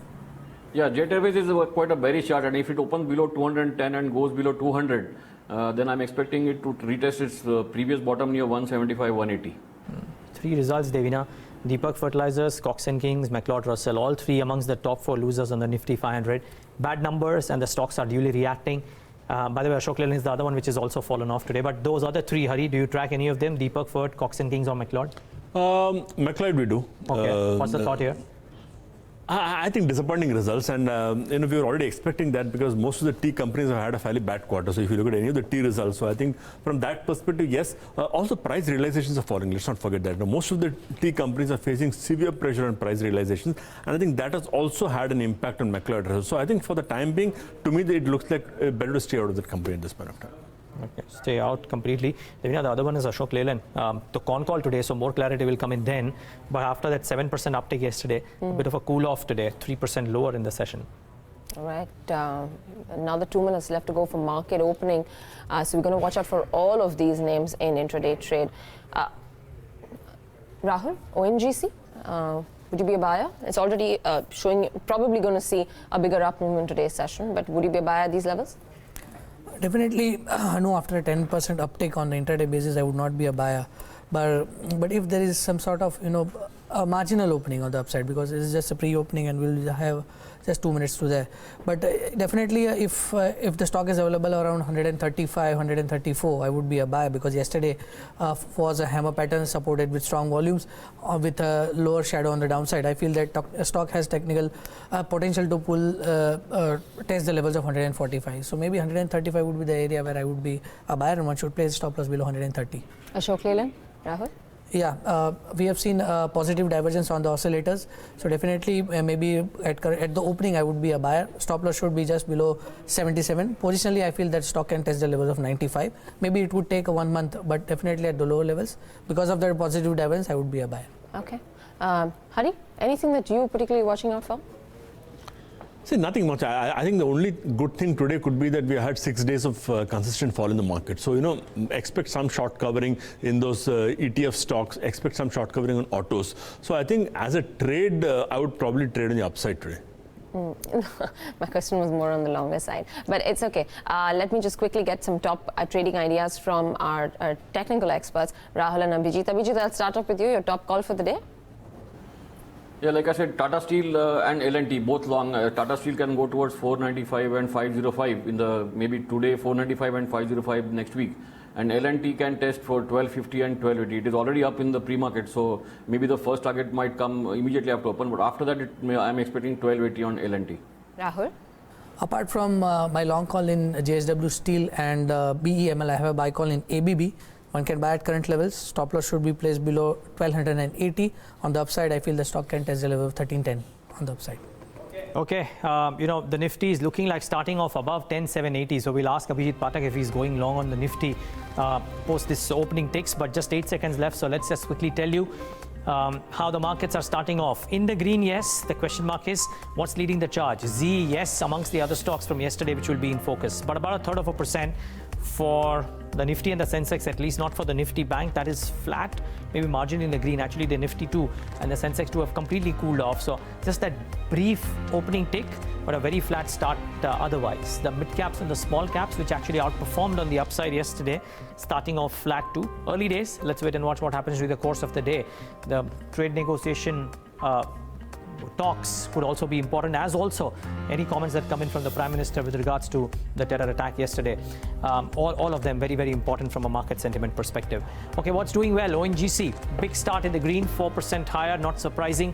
Good, strong numbers. The Bharat 22 ETF overhang out of the way. Power Grid, BPCL, L&T, you can see this. That's the nature of stocks which is actually leading the charge. GAIL, IOC amongst those other stocks as well. So a bit of a relief pullback. Let's see if this lasts or no. Eicher Motors amongst the others, which has done okay for itself. But otherwise, it's all PSUs. And L&T, which also features in that list. It's essentially that list which is doing well. But the larger trend seems to be of red in the session today. About 0.14% lower. Sun Pharma, Hero MotoCorp amongst stocks which have corrected a bit. Vedanta too languishing, and HDFC Bank is among stocks. So the HDFC Twins and Reliance amongst the heavyweights which are down in the session today. Just a couple of trend makers that I want to highlight, some losers from yesterday, some stocks in news before I hand it over to Devina for what's happening across the broader end of the spectrum. Firstly, sugar MSP hike, no big reactions on the UP-based sugar millers either. Just about a tempered 0.5% kind of a move for most. Dwarikesh Sugar, maybe 3% higher, but otherwise it's a very flattish reaction to this piece of news. What about some companies that came out with weak numbers, all of them reacting duly, 6% apiece for each of these, which is very strong reaction. And then some stocks from yesterday's session which didn't have a great day yesterday, and except for Karur Vysya Bank, the others are still in the red. CG Power, which was up yesterday, down about 3%. Kaveri Seeds, 5% gash yesterday, and continues to slide downwards. Devina, what are you spotting? Jet Airways, to see what that stock's doing post-reporting. It's fourth straight quarterly loss, but there has been a debt resolution plan in place. 1.5% under for Jet Airways. Minda Industries and Harihar Seating Systems, two stocks you need to watch out for on the merger. Minda is down about 1.5%. Harihar Seating Systems is up 1.5%. Aside from that, a few other movers in trade today. You've got a BGR Energy, which is up 4.8%. Infibeam is up 16% this morning at 41.5 on the counter. India Bulls Real Estate, that's up 3.5%, not doing all that badly. Sugar stocks have picked up now. So you've got a Shree Renuka, you've got a Bajaj Hindustan. Both these names are up almost 3% in trade right now. Nalco, the stock which has been beaten down 20% in the last 6 trading sessions, sees about a recovery, 3% higher for Nalco. You've got a Time Technoplus that's up about 3.5%. Dish TV at 33 is also up in the session. Gen Irrigation at 1/3% higher. Lakshmi Vilas Bank another 0.5% up. As those are the kind of moves that you're seeing in the broader market space. However, the losses are way more pronounced than the gains. Deepak Fertilizers is down 6%. Cox & Kings is down 6.8% on numbers. Everready Industries, we've spoken about McLeod Russell, and the reaction to that is also quite steep, 5% under. CCL Products 265 is down 4.5%. Vodafone Idea is down again 4%. Divan Housing, yesterday's session saw an uptick in the stock. We'd reported BOB initiating a forensic audit on DHFL's loans, but the stock didn't do much yesterday. Today's session is seeing a negative reaction of about 3.5%. Well, let's get in final thoughts from our experts. Abhijit, to you first. A start higher but quickly cool off. Is there an index strategy that you have right now? Yeah, I'm still expecting a bottom today. So, of course, might be a short-term bottom. So, if the stop loss for Nifty futures will be below 10,710, 10,700, and if that is a bit too wide for someone, maybe they can buy the 10,800 call, which right now it is about 1995, with a stop loss below 10,700 on the futures. Okay. Rahul, any stock that pops up on your screen? Definitely, I'll be on the short side in Tech Mahindra. Last couple of days, the stock has failed to see a follow-up buying after a sharp rally. So definitely, one can book profits. Traders can go short at current levels with a stop loss of 815 on the upside. Positionally, I feel that stock can test the level of 775 on the downside. So any pullback from current level should be used to go short at the higher levels. Okay. And Hari, just one quick thought. Bloomberg News is reporting that the Z deal could happen anytime soon. Prices could be higher as well. The stock has gained quite a bit. What would you do here? Well, we've been hearing about the deal for a long time, so I think we'll have to really see the deal happening before we can actually believe it. Because there's a lot of news management happening. It's a news channel after all, so I think I would be a little skeptical. Let's wait for the actual buyer to come in, because I know that there have been audits going on, there have been due diligence going on for quite some time, but not much of a commitment has been really received by the group. So let's wait for the actual buyer to come out. I think only then we should take a call. But at this point of time, considering that the stock has bounced from about 290 to 440, I of course continue to be a skeptic on that group, but I think you've got to be a little cautious at these levels. And Dish TV? That's also bounced back quite significantly. I think the same logic applies, just as there are big question marks over Z, I think there are big question marks over Dish TV also. Again, a lot of shares pledged, huge financial crunch. So I would probably look at both the stocks in a similar way. Rahul, Hari, thanks so much for joining in, gentlemen, and giving us your thoughts. Really appreciate your time. Thank you. Abhijit, just before, my final question to you, the metal names which are starting off week today, Vedanta and JSW Steel, what do you do here? No, I'm not too sure about them, but the only stock which I mentioned earlier in metals is Tata Steel, because the way it reacted after its results a few days back, that showed strength, and even from the options data it is showing strength. So if it doesn't go below 475, so 470, Tata Steel can go back towards 500 in the next few days. Okay. Bharti Infratel, the last couple of days has been looking slightly weak. Abhijit, Bharti Infratel is the one that I'm talking about. Any thoughts? Yeah, it was bullish earlier and it had a target of 330 which it achieved. So after that it might consolidate, and right now it is in a no trade zone. So I would wait for it to cool down and then take a call on it. Okay. Any PSUs? I mean, you mentioned SBI. The other one which has started off well today, Abhijit, is ONGC. Any trades here? No, actually, ONGC is quite a strange chart. It has been very bearish and it has a very big long-term support near 125, which it almost tested yesterday. And today it has not given any chance to buy. So this is a sort of no man's land where it is difficult to buy because the stop loss remains below 120. Even for the long term, it is a very big stop loss. So unless it goes back towards 130, 135 in the coming days, it is in a no trade zone. Yes Bank, Abhijit. The stock yesterday made its move towards 215, 216 is where it's trading right now. Marginal profit taking, I believe. But would you be a buyer here? No, Yes Bank definitely not, unless it crosses that previous high of 235, 240, which was in fact it was a spike high and it immediately fell down all the way to 167 in the next 10 days.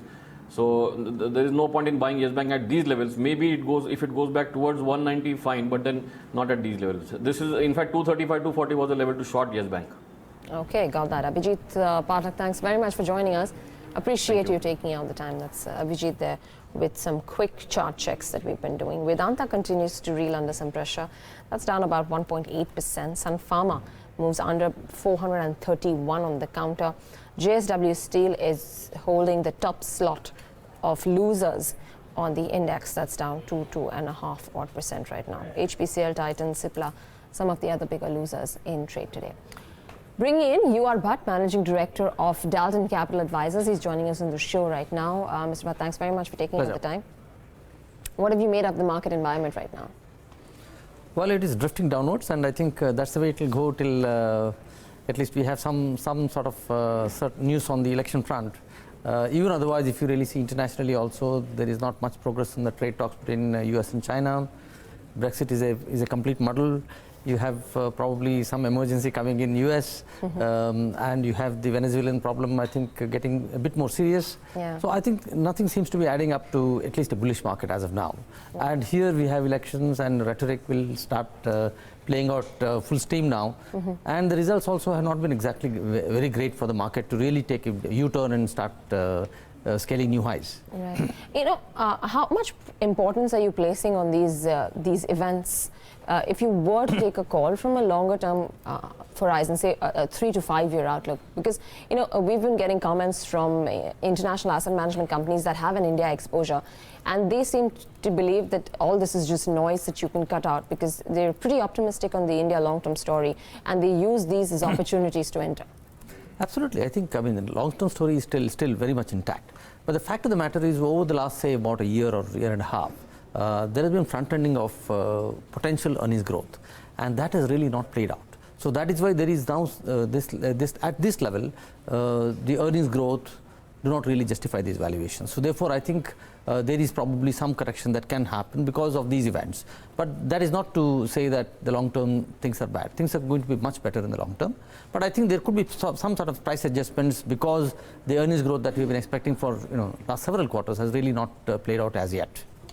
Yeah, and some of the initial hits on numbers also seem to be taking a back seat. I mean, Ashok Leyland, case in point, big jump yesterday after the numbers, but cooling off. It's happened to a clutch of other auto ancillaries as well, wherein if they manage to surprise on the day of the results, post that the overall sentiment around autos seems to be taking over. What are your thoughts here? Well, I think autos have been actually playing out very well, even when the economy was not doing all that well. Now probably the economy is going to be in a much better shape. So I think it is sort of slightly cyclical. It is not really something that is going to last for a long time. I think autos will probably revive, probably a quarter or two. But I think as of now, we are in a bad shape as far as autos are concerned, and that is getting reflected in even the ancillary stories. So stay away. I think if you're a long-term investor, these are very good opportunities for even in autos. But you might have to hold on for probably a couple of quarters with that pain. But I think after that, things should look much better. Okay. Are we staring at a two private airline scenario in India? Do you think that? I mean, what did you make of this debt resolution plan? And more importantly, what does this mean for the other two listed private carriers, if anything? Well, the way things are going, I think all these airlines will be eventually owned by banks. So therefore banks will compete in a different arena now. But I think, they are in a muddle as it is. So therefore, I think it will take some time, because banks are not going to be long-term investors in these stocks. So they will look for the first opportunity to get out. And finally, it should be some entrepreneur who has to run this. And it would be another airline company or some new breed of investors or entrepreneurs who will come and make a good deal out of this. But as of now, it is sort of status quo for some time, and it is holding one's head above water is the concern now. But what does that do for the actual operations? I mean, while you're saying 51% is being held by lenders and primarily banks, they have no experience in running an airline company. So in aspect of running the day-to-day business, while you're staying afloat right now, that's giving you that buoyancy, but the longevity of the business is something that is of prime importance. Well, that has been the case. I mean, in airlines, demand is never a problem. And for Jet Airways, I mean, right now, you're talking about banks looking at the first opportunity to exit. It doesn't look like they're going to be exiting in a big hurry right now, at least for Jet. Well, I think they will need more and more injection of capital, whether it is through long-term debt or through equity. And this is just a conversion. There is going to be much more debt capital that they would need. I think the banks would probably provide that for the present. But I think it is probably, at least the next crisis doesn't seem to be very much around the corner as long as the banks are there to support. And now that banks are owning it, so they cannot really write it off very easily. So therefore, they will have to keep pumping more and more. I mean, if you really see, this was probably the case of this famous airline, East West airline.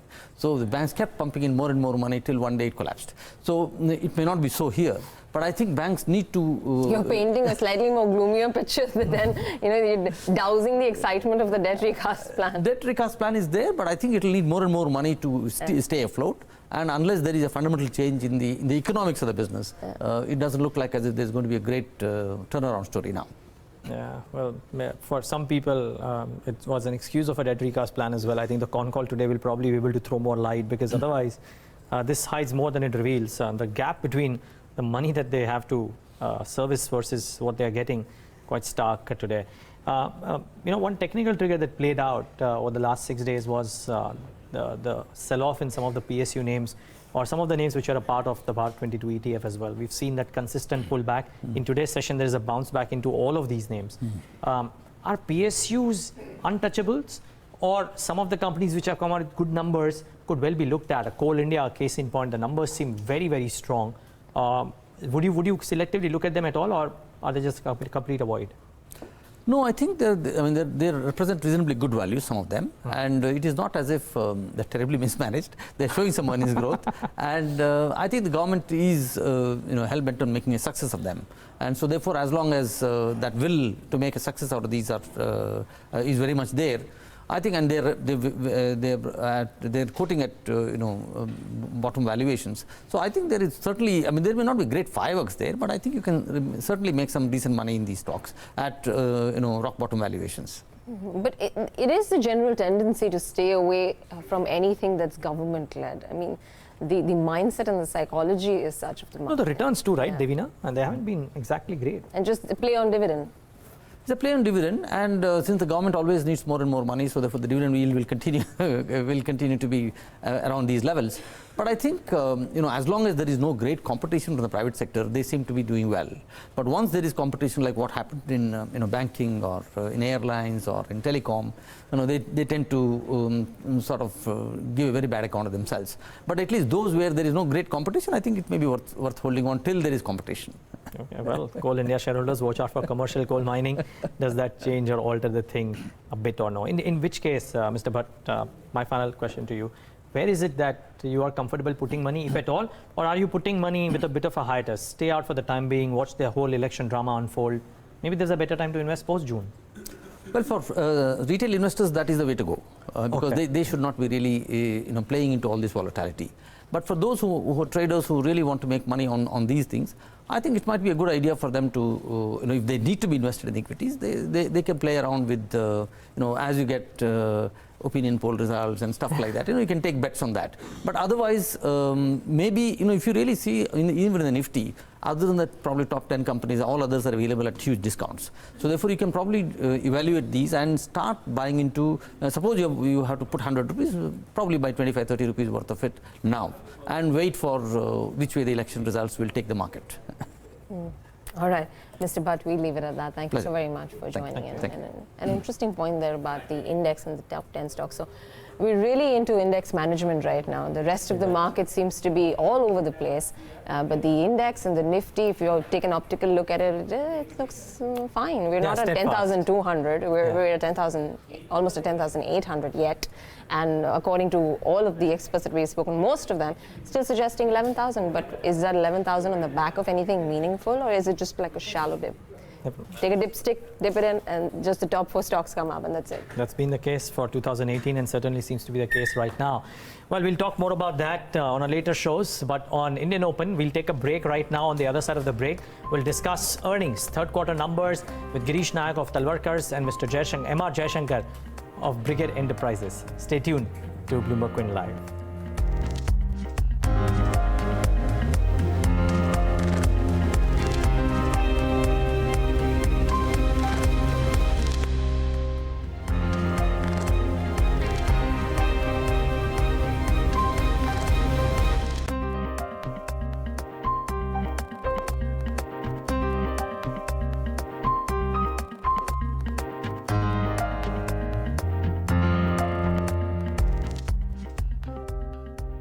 Indian Overseas Bank, the commitment, the recognition, the passion, the trust and excellency since 1937. Indian Overseas Bank celebrating 82nd Foundation Day. Good people to grow with. Today we are meeting Royston Abel, Theatre Director. Royston believes you don't need words to tell stories. There is no way to describe what Royston does, because what Royston does defies definition. Can you say that about anyone else? To be so fiercely individual, yet create music and theatre so accessible, so easily understood and felt and appreciated, not just at home, but the world over. When he turned his eye homeward, he created shows that travelled the world, bringing it a glimpse of our culture. The Manganeer Seduction, the Manganeer Classroom, 100 Jammers and the Kitchen. Watch his exceptional story, Pursuits by Skoda, only on Bloomberg Quint. Ruchi Sharma, as all of you know, is a global investor. This one is what some have called a limousine liberal, and I'd rather describe as an election tourist. We went to Bihar and Uttar Pradesh for the 2014 election campaign in May of that year, and every time our cars would hit a bump on the road, the inside joke would be that Modi will fix it, right? That everything, it seemed, every problem would be fixed. I sort of remember meeting a former US Treasury official, and he made a very telling comment, and it's the title of one of my chapters in this book, called that Modi is more a performer than a reformer. This election, therefore, 5 years on, is not going to be fought on development. I don't think that the Modi government is going to, So no Vikas? No, I don't think they will hear much of that. Vikas was the recurring, was the echo, right? That's right. But I think that you will hear the Modi government speak about their, sort of achievements and all that they have done. But I doubt very much if that's going to really resonate with the public out there.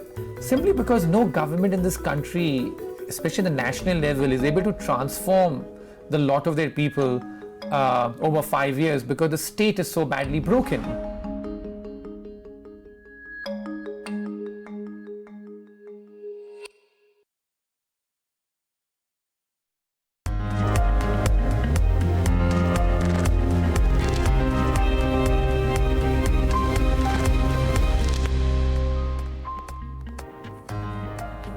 Back with Indian Open right here on Bloomberg Quint. Just want to mark the Nifty Bank, which is now 0.5% lower, but more importantly, specific stocks, which includes Page Industries, pulled that stock up, and it's had a sharp gash downward, 6.5% lower, 22,400. I think this must be stemming on account of this note that Kotak Securities has put out. They say that Ind AS 115 revenue recognition adoption resulted in a higher revenue accretion of nearly 33 crores for the quarter, and about 12 crores benefit at the PBT level. Adjusted revenue growth would have been under 14%. So I think they're talking towards how the new accounting norms led to a better number on the revenues. Otherwise, the numbers would not have looked all that great. They also said that the company has not clarified the exact manner in which the new accounting norm resulted in revenue gains in third quarter. It'll be interesting to see if the management would come and speak about this as well. 22630 currently for Page Industries. Let's wait and watch if that happens, and what do other brokerages make of this. But for now, I believe this could be the reason why the stock would be down in the session today. Okay, on to some numbers, and Talwalkars Better Value Fitness saw its revenue jump nearly 75%, incurred high finance, purchase and employee costs, which hurt operational performance. Company says these expenses were incurred to scale up the number of wellness centers. To help us understand the numbers in greater detail, joining us on the show is CFO Girish Nayak. Girish, good having you. Thanks much for joining in. Can you take us through the details of the numbers? Normally when there is such a significant uptick in revenues, it's followed by some operational leverage that companies typically show. For you, the EBITDA numbers or the EBITDA numbers have remained flat and margins have completely come off. Why has this happened? The thing is, new centers have opened.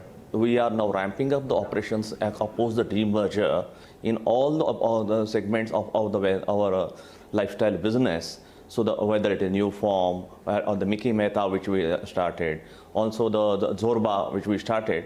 So thing is that, but if you can see that the ramping of the operations is showing a good impact in the form that there is a substantial increase in revenue, and this revenue has come at a comparatively with a lower increase in the fixed assets thing. And now, post the demerger, what the company has assiduously done is that instead of lying around going the gym space, which where most of our centers were located, now we are continuing to get into the outside the gym space also. Now the Zorba, the thing is that we had ramped up in last 3 years from the 3 centers to about over 80 centers, is now looking to still spread out across India and also abroad. Similarly, the club operations which we expect to be ready in a very short time. So all these things for ramping up there was a good bump in the top line. But also the thing is that we also said that assiduously and spent on the selling and administration to increase the brand value and also create the brand awareness, because when the Mickey Mehta, which was more of a Bombay centric, now we are taking it across India the way we took the Zorba in the past. So Girish, so this also slightly, and it may come, but the EBITDA margins will continue to be at a robust rate of around 60%. In a short term, new centers opening up, so how long will this? So okay, I want to go. I'll talk about the revenue growth as well. But since you brought up, let me just finish my question. Since you brought up the question of margins, you said that they'll continue to be at a robust rate of 60%. Currently, they are at 38%. If indeed the expansion plan is going to last, for how long will the margins continue to be at 38%? And when do they revert to the 60% mark? If the results which we are mentioning are of the third quarter, yes, which is always a weak quarter for any fitness and wellness industry. Okay. But for if you see for the 9-month period, we have continued with the growth rate. So actually there is no, Q3 is one of the weakest quarters during the year. But yet the thing is that we are able to contain the margin and retain the margin, and because the people don't come to go for gymming or wellness or in those sectors in the Q3. But there will be again we will be bouncing back to the same EBITDA margins in the subsequent quarters. You're saying the annual average for EBITDA margins for FY19 and possibly FY22 would be 60%? Yes. It should be in 58 to 60% in that range. 58 to 60%. Okay. Now the revenue uptake. And it is on top of of a lower capacity. Okay. Revenue uptake will be should be in the range of 28-35% in that bracket. Okay. So there is extra effort that you put in Q3, which resulted in a 76% bump up. That should normalize to about 20-25% in the quarters ahead, is what you're saying. Yes. If the more number of centers open, that center or the new center growth will definitely come in, and we have been able to create value, means unlock the value by creating small dilutions in our subsidiaries in the like Zorba. Then also got equity infusion into the club where David Lloyd formerly joined us. So the thing is that is also helping us in a big way, to maintain the rate of growth. Okay. So let me sum this up. 20 to 25% revenue growth would be the normal. EBITDA margins 58 to 60% would be the normal. Am I correct on both of these counts, Girish? Yes. Okay. Yes. What does this do to the bottom line performances? 62% growth is fairly impressive, but it is a low base. How do you envisage the rest of the quarters to be like for 2019? The beauty of this business, except for the club business, which is slightly capital intensive, all other revenue streams are asset light. Hence, there will be the impact of the depreciation or the interest due to high capital outlay will be minimal. Hence, this will improve the PAT margin significantly as the EBITDA margins continue to be high. Okay. I'm guessing when you're saying that the business model is asset light, which means that you will not need to raise any kind of funds, either debt or equity, for the expansion plan that you're speaking about. We should be able to continue with a minimal healthy debt equity ratio. We will be continuing to. Would you need to raise more funds going forward? Would you need to raise more funds, either debt or equity? No, the thing is that we have, as I mentioned in my 2 minutes back, that we have been able to do some small dilutions and create value at a significant valuation in my subsidiaries. So in those companies, the thing is that they will be on the own steam. Hence, not much debt will be required, not if for any reason whatsoever. And we believe with this kind of EBITDA margins, the thing is that the company will remain free cash flow positive. Okay, and we wish you all the best for that. Thank you so much for taking the time out and being with us today and giving us your thoughts. All the best for the quarters ahead. That's Talwalkars. Thank you. Stock down about 2.5%, hoping for a 20%, normalized revenue growth and margins closer to about 58 to 60 odd percent. All right, let's keep it with earnings then. And Brigade Enterprises has posted a muted quarter owing to a tough market and liquidity condition. The liquidity crisis that roiled NBFCs and housing finance companies almost broke the back of real estate sector. The company, however, managed to post more than 60% jump in the revenue. How does the demand scenario look like in FY20? Let's find out from Mr. Jaishankar, the chairman and MD at Brigade Enterprises. Mr. Jaishankar, thanks very much for joining in. Let's start off first, with the overall pre-sales number for FY19 that you are targeting at 3 million square feet. Up until now, for the 9 months of FY19, you've clocked in about 2 million square feet. That leaves a gap of 1 million that you need to achieve in the next quarter. Considering your run rate has been about 0.78 to 0.8 million square feet, is it a slight bit of a stretch to ask from Q4, or you think it's achievable? We are, I think, good morning. Our team is working hard to achieve it. We are hopeful of achieving. I think the next 6 weeks will tell. Overall, it may mean a sales volume of somewhere in the range of 1,700 to 1,800 crores for the 12 months period. Okay. To achieve this target that you have placed for yourselves in terms of pre-sales, are you looking at any further new launches? Yeah, see, we are just launching a large project, about 2.5 million square feet project called Brigade Cornerstone Utopia in Whitefield, Sarjapur Road area. So where we are beginning to clock good sales, and I think that should add to the overall numbers significantly. Which would lead to an increase in construction spend for you in the upcoming quarter, or no? And how much would that be increased by? The work has just started. Yeah, I think once we launch another 2.5 million square feet, naturally over the period of next couple of quarters, the construction spend is definitely expected to go up. And also, we are hoping to clock much better numbers in FY20, though it may be premature to give any guidance, but we are hoping and fairly confident of achieving better numbers. You've already spoken about a 25 to 30% volume growth in FY20.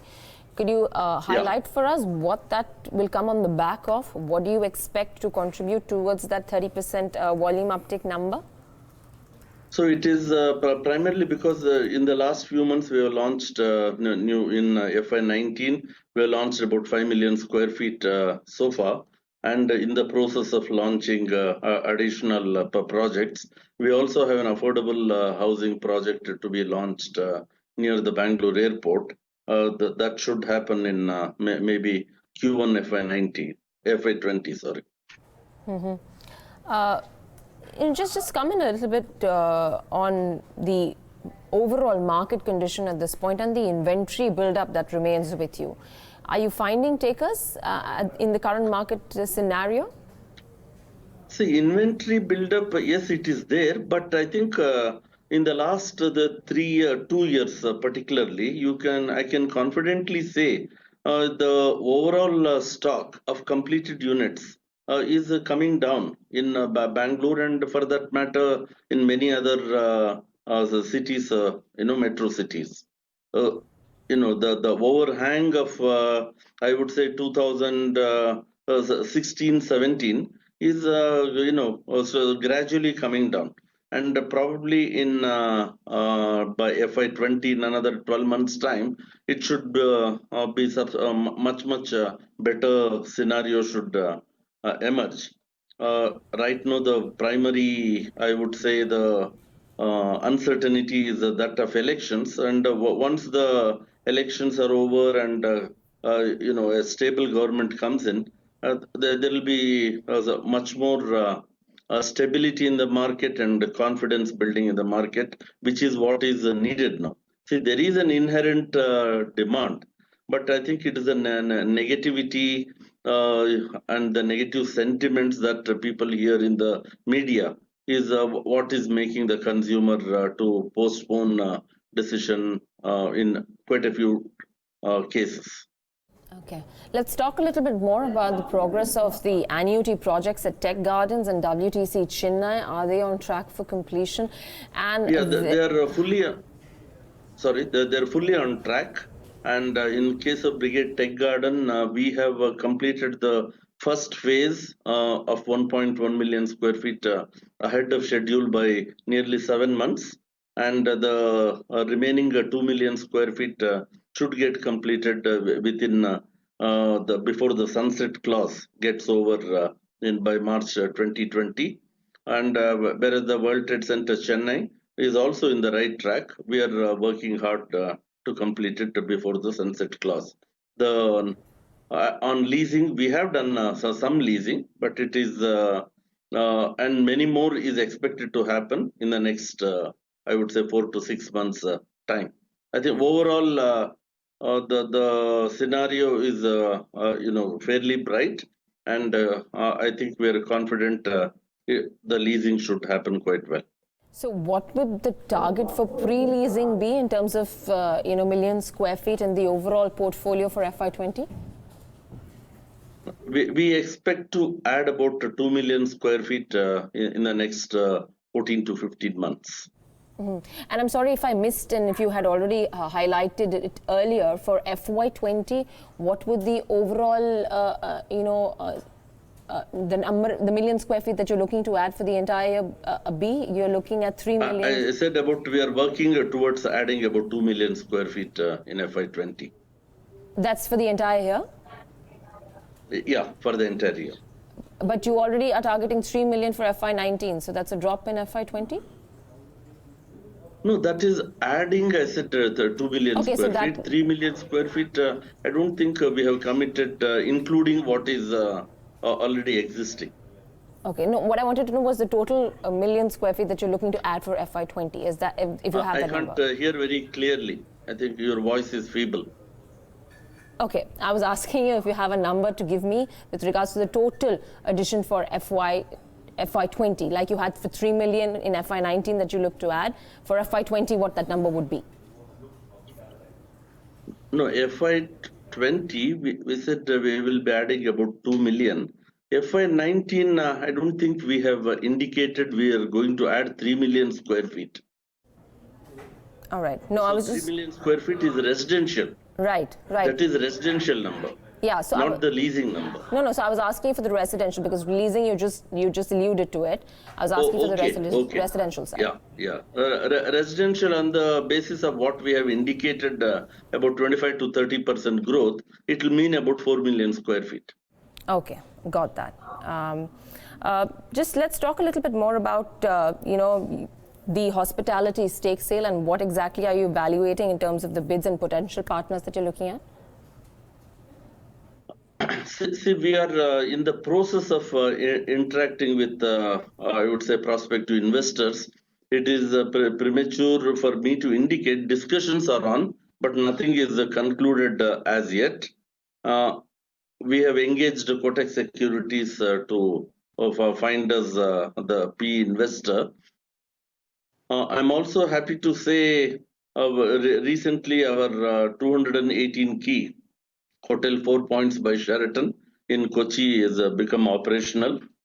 In fact, as recently as 5 days back, the hotel was inaugurated by the Chief Minister of Kerala.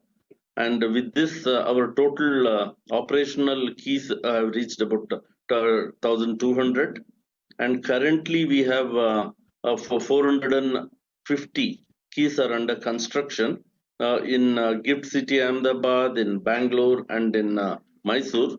I'm expecting to complete about 300 keys in FY20, and in the subsequent year, FY21, maybe another 300 keys should be added. All right. So that would improve the hospitality revenue come FY20 by how much? FY20, I think at about 250 crores it should reach. All right. Got that. Thank you so very much for joining in, sir. Appreciate your time. And that's the management at Brigade Enterprises talking about the overall business and how Q3 shaped up on various counts for them, on the real estate side, on the hospitality side, and what they are looking to do in FY20. Okay, just one word on the markets. Definedge is playing as per script. If you look at the top 6 gainers on the Nifty, it's PSUs, ONGC, NTPC, Power Grid, BPCL, GAIL and Coal India. All of these stocks beaten down over the last 6 days and a part of the Bhat 22 ETF. LNT is the other one which is marginally in the green as well. So this is almost turning out to be a no-brainer of sorts. We spoke about this yesterday, the possibility that this could happen, and it's happening with gusto from a trading perspective. So keep that at the back of your mind. Mahindra and Mahindra, Hero MotoCorp continue to grind lower. So autos aren't having the best of days. And last but not the least, just want to mark what Page Industries, Jet Airways, as well as McLeod Russell are doing. Page about 4.5% lower. Still clarity awaited from the management. Jet Airways 6% higher in trade, 239. So that one is doing well. And McLeod Russell is the top loser on the Nifty 500, down about 5%. By the way, I must also mark that United Breweries, which came out with a good set of numbers yesterday, is down about 6% in the session today. So keep that stock at the back of your mind as well. With that, it's a wrap on this leg of Indian Open from Devinand and me and the team that put this show together. Thanks so much for watching.